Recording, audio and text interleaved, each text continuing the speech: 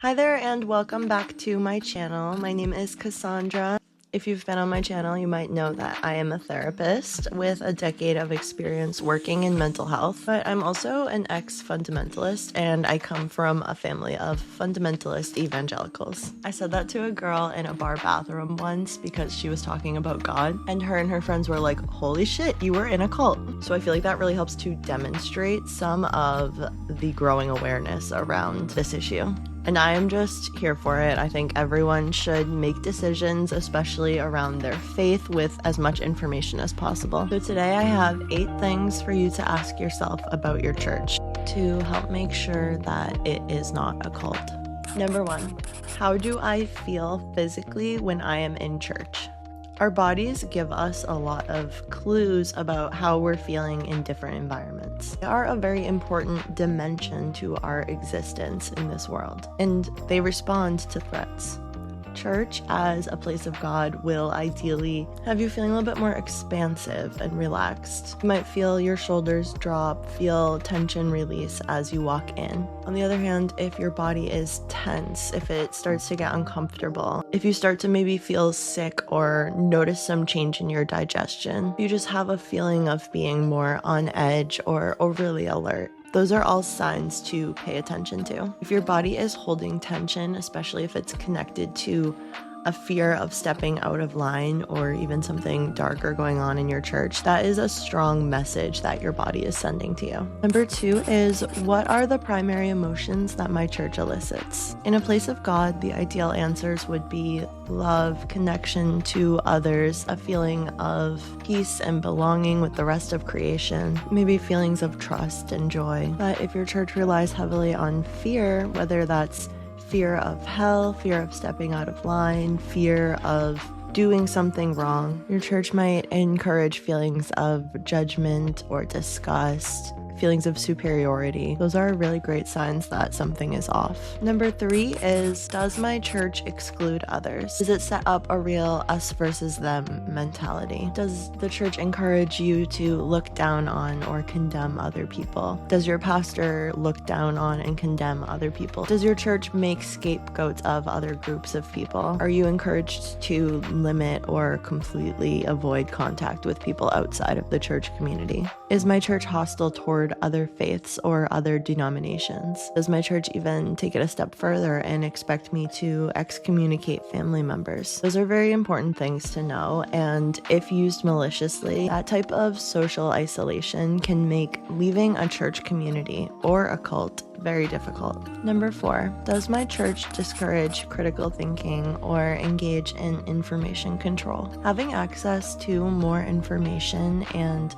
more perspectives is almost always a good thing. And in just about any healthy relationship, you trust the other person to take in that information and come to their own conclusion. In my opinion, it's one thing to maybe offer guidance or give some background to the source that maybe you're concerned about, and it's another thing to prevent people from accessing that source, to ban it or blacklist it in some way. That tends to shut down healthy communication and ultimately is a control tactic.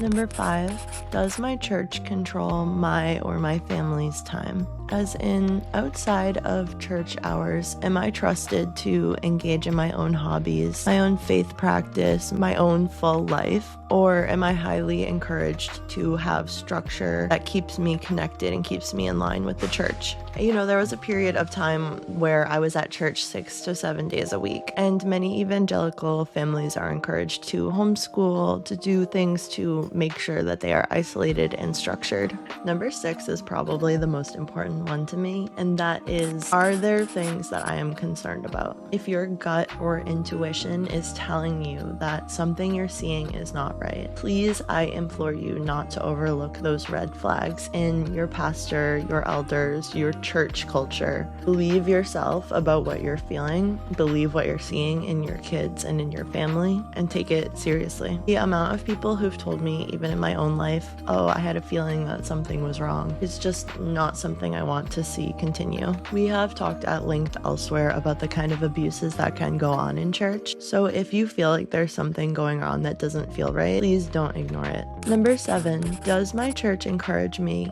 either implicitly or explicitly, to trust others over myself? This can show up in so many different ways, but just take a moment to reflect on the way that this shows up in your church. What kind of a role has your church leadership taken? How much power do they have over your behavior? How much have you outsourced your own knowing, your own intuition, your own connection with God to other human beings? And this can really tie back to that last question, because if something feels wrong, but somebody is telling you not to worry about it because they know better, that is actually a red flag, and God gave you that intuition for a reason. And I think that well placed within this question is a critical eye at the way that your church tells you or implies the way you should vote. We often hear a lot about the separation of church and state from the perspective of our governing bodies being free from religious influence, but I think in many cases the reverse of that is actually even more insidious. We do not want politicians manipulating our church leaders, but unfortunately that is something that has been going on for quite a while. So I just think it's worth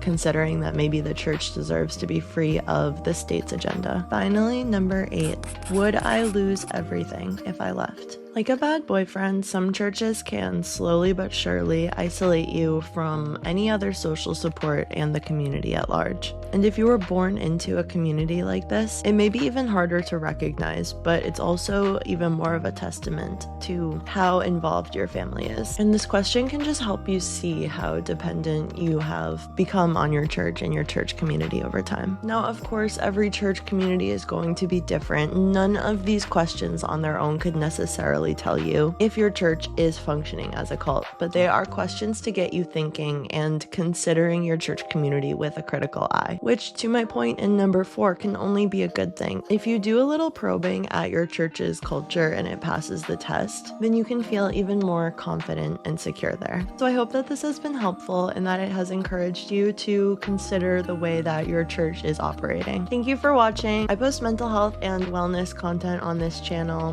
with some environmentalism and faith manipulation content mixed in, because those are just some of my interests. So if you enjoyed this conversation, please like the video and subscribe, and thank you so much for being here. I'll see you next time.